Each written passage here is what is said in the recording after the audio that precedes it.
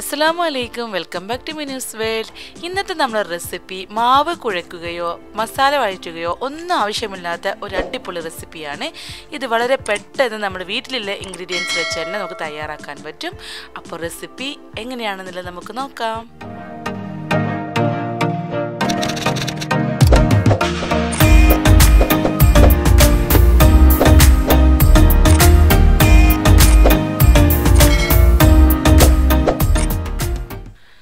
അതിനാദ്യമായിട്ട് വേണ്ടത് നമ്മുടെ കയ്യിലുള്ള വെജിറ്റബിൾ എന്താണോ അതാണ്. ഞാനിപ്പോൾ ഇവിടെ 1 കപ്പ് ക്യാരറ്റ് എടുത്തിട്ടുണ്ട്, 1 കപ്പ് ക്യാബേജ്, 1/2 കപ്പ് തക്കാളി, 1/2 കപ്പ് ക്യാപ്സിക്കം.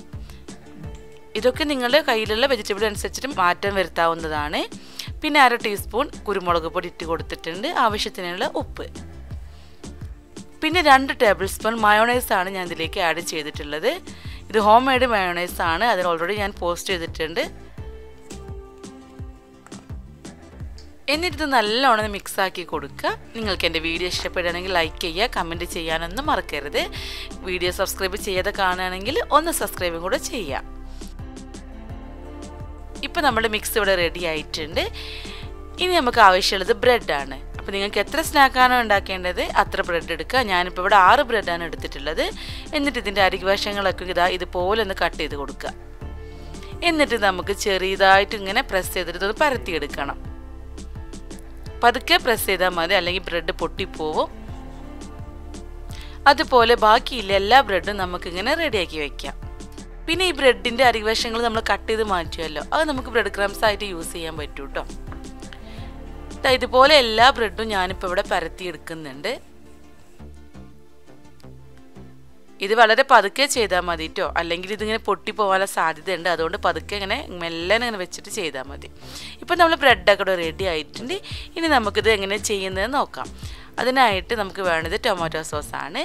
അപ്പോൾ ഞാൻ ഇവിടെ ഈ 1 സ്പൂൺ കണക്കിന് ടൊമാറ്റോ സോസ് എടുത്തിട്ടുണ്ട്. നിങ്ങൾക്ക് വേണമെങ്കിൽ കൂട്ടൊക്കെ ചെയ്യാം, പക്ഷേ ഈ ഒരു പാകമായിരിക്കും ഇതിനൊരു ടേസ്റ്റ് ഉണ്ടാവുക. എന്നിട്ട് നമ്മുടെ ഫില്ലിംഗ് ഉണ്ടല്ലോ അത് ഇതേപോലെ ഒന്ന് വെച്ച് കൊടുക്കുക. അധികം ആവരുത്, അധികം ആയിക്കഴിഞ്ഞാൽ നമുക്കിത് ഫോൾഡ് ചെയ്യുന്ന സമയത്ത് അത് പൊട്ടിപ്പോകാനുള്ള ചാൻസ് ഉണ്ട്. ഇതിപ്പോൾ മൈദമാവാണ് കേട്ടോ, ഞാൻ ജസ്റ്റ് ഒന്ന് സൈഡ് ഒന്ന് ഒട്ടിക്കാൻ വേണ്ടിയിട്ട് ഉണ്ടാക്കിയതാണ്. ഇനി നിങ്ങൾക്ക് വെള്ളമാണെങ്കിൽ വെള്ളം വെച്ചിട്ട് ആക്കിയാലും മതിയാവും, പക്ഷേ മൈദയാണെങ്കിൽ കുറച്ചും കൂടെ നമ്മൾ ഈ മടക്കുന്ന സമയത്ത് പൊട്ടിപ്പോവാതിരിക്കാൻ സഹായിക്കും. ഇതുപോലെ മെല്ലെ പ്രസ് ചെയ്തിട്ട് ഒന്ന് മടക്കി കൊടുക്കുക ഉള്ളിലേക്ക്. എന്നിട്ട് അതിൻ്റെ അപ്പുറത്തെ ഭാഗം കൂടെ ഒന്ന് പ്രസ് ചെയ്ത് കൊടുക്കുക. ചെറുതായിട്ട് പൊട്ടുകയൊക്കെ ചെയ്യും. അപ്പോൾ അങ്ങനെ ഒരു ബുദ്ധിമുട്ട് തോന്നുകയാണെങ്കിൽ നിങ്ങൾ എന്ത് ചെയ്യുന്നത്, കുറേശ്ശെ വെള്ളം ഇതേപോലെ കയ്യിലാക്കിയിട്ട് ഇങ്ങനെ വെച്ച് കൊടുത്താൽ മതി. അപ്പോൾ അതവിടെ ഫില്ലായി പോയിക്കോളും.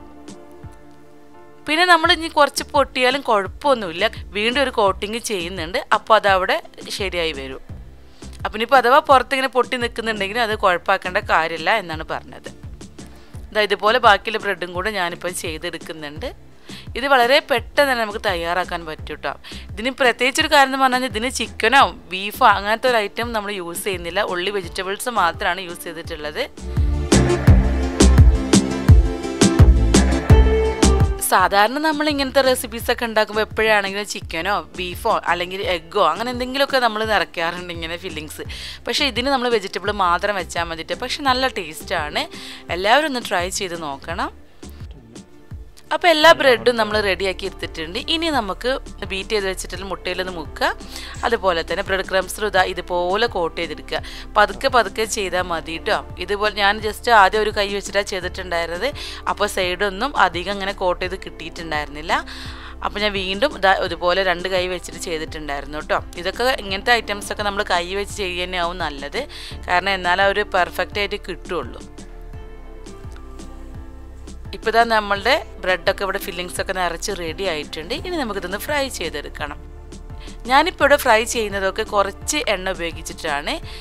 ഷാലോ ഫ്രൈ മോഡൽ നമ്മൾ അങ്ങോട്ടും ഇങ്ങോട്ടും തിരിച്ചിട്ടിട്ട് ഇങ്ങനെ വേവിച്ചെടുത്താൽ മതി കേട്ടോ. കാരണം എന്താ വെച്ചാൽ നമ്മൾ അധികം ഓയിൽ യൂസ് ചെയ്യേണ്ടെന്ന് വിചാരിച്ചിട്ടാണ്. ഈ ഇഫ്താറൊക്കെ ആകുമ്പോൾ എന്തായാലും നമ്മൾ ഡെയിലി ഈ എണ്ണയിൽ വറുത്തത് തന്നെയല്ലേ കഴിക്കുന്നത്. അതുകൊണ്ട് തന്നെ കുറച്ച് എണ്ണ യൂസ് ചെയ്യാമെന്ന് വിചാരിച്ചിട്ടാണ് ഇങ്ങനെ ചെയ്യുന്നത്. അപ്പം നിങ്ങൾക്ക് വേണമെങ്കിൽ നല്ല എണ്ണ ഒഴിച്ചിട്ട് ചെയ്യാവുന്നതാണ്, പക്ഷെ എന്നാലും ഇത് തന്നെയാവും ബെറ്റർ.